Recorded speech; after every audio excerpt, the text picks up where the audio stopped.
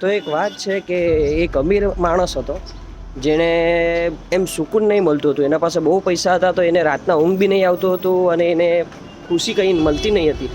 તો એ રાતના ઘરમાં એમ જ ચાલવા લાગ્યો, અહીંયા ત્યાં ચાલવા લાગ્યો.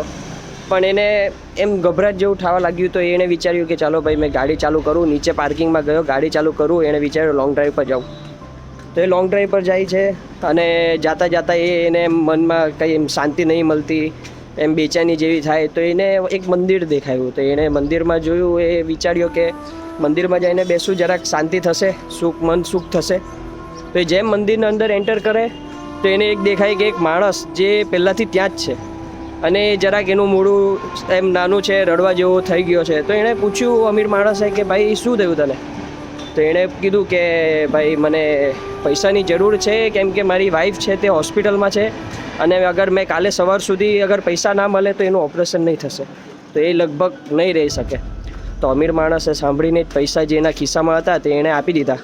અને એ વસ્તુ જોઈને ગરીબ માણસ ખુશ થઈ ગયો કે ભાઈ આ તમે તો મારી મદદ કરી દીધી, તમે તો બહુ ભલા માણસ લાગો છો.